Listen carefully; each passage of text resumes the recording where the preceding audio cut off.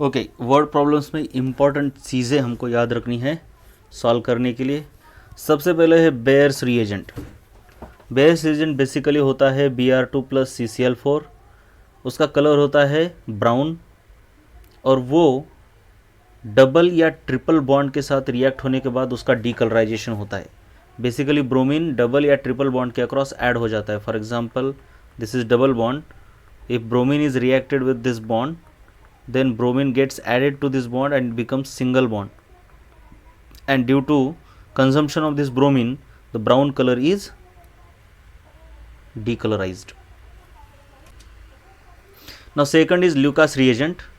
What is Lucas reagent? Lucas reagent में basically ZnCl2 plus HCl इन दोनों को बोलते हैं Lucas reagent. It is used to differentiate between primary, secondary and tertiary alcohols. It is based on this reaction. This OH group is replaced by this chlorine like this. This OH is soluble in this Lucas reagent, but this alkyl halide formed is not soluble in this Lucas reagent. It forms turbidity. Now depending upon how fast turbidity comes, we can differentiate between the tertiary, secondary and primary alcohol. For example, if alcohol is tertiary, then turbidity comes very fast. There is no need of Lucas reagent. There is only need of HCl. ZnCl2 as catalyst is not needed, and if we just shake this, it gives turbidity. Alcohol is secondary, then Lucas reagent is needed and little warming is needed for this reaction. Whereas if alcohol is primary, then it is very difficult to make this reaction. Lucas reagent is needed and rigorous heating is needed for this reaction to occur and turbidity to occur. Now there are some mild oxidizing agents which are used to differentiate between aldehydes and ketones. ये जो है aldehydes को तो oxidise कर सकते हैं, लेकिन ketones को ऑक्सीडाइज नहीं कर सकते। कीटोन्स का ऑक्सीडेशन हार्ड होता है, aldehydes का इजी होता है। Aldehydes are easily converted into acids by these two mild oxidizing agents. ये कौन कौन है? एक है टॉलन्स रिएजेंट और दूसरा है Fehling's reagent. टॉलन्स reagent ammoniacal silver nitrate solution होता है इन बेस, और ये क्यूप्रिक साल्ट होता है फेलिंग सॉल्यूशन बेस में। कुछ भी हो, लेकिन टॉलन्स रिएजेंट के साथ रिएक्शन करोगे अगर आप अल्डिहाइड की, तो आपको सिल्वर मिरर मिलेगा, और अगर फेलिंग सॉल्यूशन की करोगे तो आपको कलर ब्लू कलर से उसका कलर रेड ब्राउन हो जाएगा। और ये दोनों टेस्ट अल्डिहाइड दिखाता है लेकिन कीटोन नहीं। Now there is another iodoform test. This iodoform test is shown by methyl ketones. ये ग्रुप जिसमें होता है उन्हें मिथाइल कीटोन्स बोलेंगे हम। अल्कोहल्स भी देते हैं इस टेस्ट को, लेकिन वो अल्कोहल्स जिनके पास ये ग्रुप होता है, मतलब इनको ऑक्सीडाइज करने के बाद मिथाइल कीटोन्स ही मिलनी चाहिए। ओके, ये रिएक्शन है, मिथाइल कीटोन है,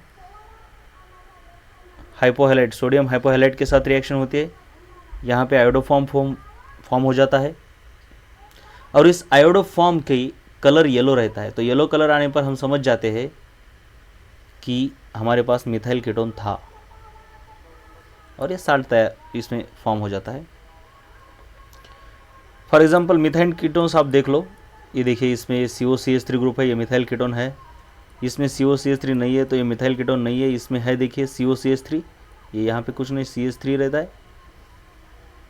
इसमें भी ये देखिए COCH3, इसलिए मिथाइल कीटोन है। फॉर एग्जांपल अभी ये अल्कोहल्स भी देते हैं ना, कौन? ऐसे अल्कोहल्स जिनका ऑक्सीडेशन होने के बाद मिथाइल कीटोन्स फॉर्म होते हैं।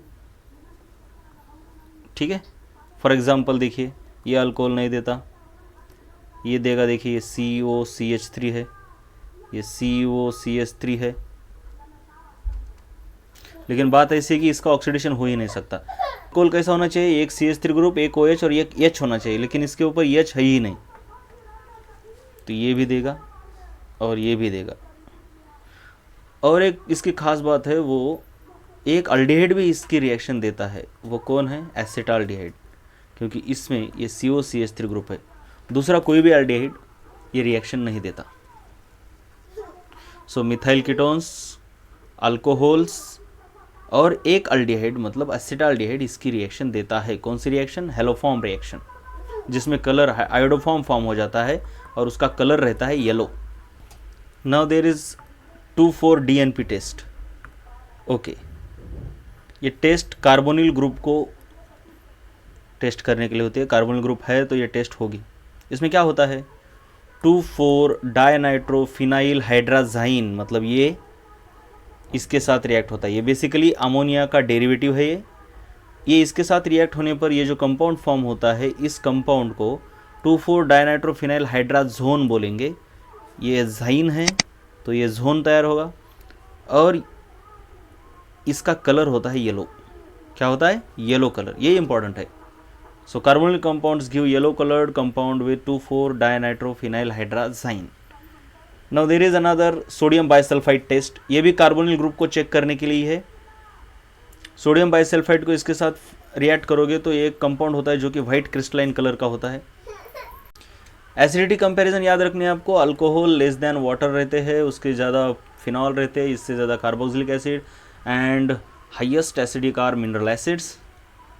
अब आपको यहाँ पे याद रखना है कि अल्कोहल, वाटर, फिनॉल और कार्बोक्सिलिक एसिड को अगर आपको डिफ्रेंशिएट करना है तो ये कौन सी रिएक्शन दिखाते हैं और कौन से नहीं दिखाते। फॉर एग्जांपल सोडियम बाइकार्बोनेट के साथ कोई भी ये इनमें से कोई भी रिएक्शन नहीं दिखाता, ओनली कार्बोक्सिलिक एसिड दिखाता है। लिटमस पेपर के साथ अल्कोहल, वाटर नहीं दिखाएंगे, लेकिन फिनॉल अगर कॉन्सेंट्रेटेड है तो लिटमस पेपर को रेड कर देगा, ब्लू से कार्बोक्सिलिक एसिड भी कर देगा। और NaOH के साथ अल्कोहल नहीं दिखाएगा रिएक्शन, लेकिन water, phenol and carboxylic acid ये तीनों रिएक्शन दिखाएंगे। वाटर में डालने के बाद एक्सोथर्मिक रिएक्शन होती है, गर्मी बाहर पड़ेगी, हीट। और सोडियम के साथ अल्कोहल, ये सभी के सभी ये चारों लोग सोडियम के साथ रिएक्ट होते हैं।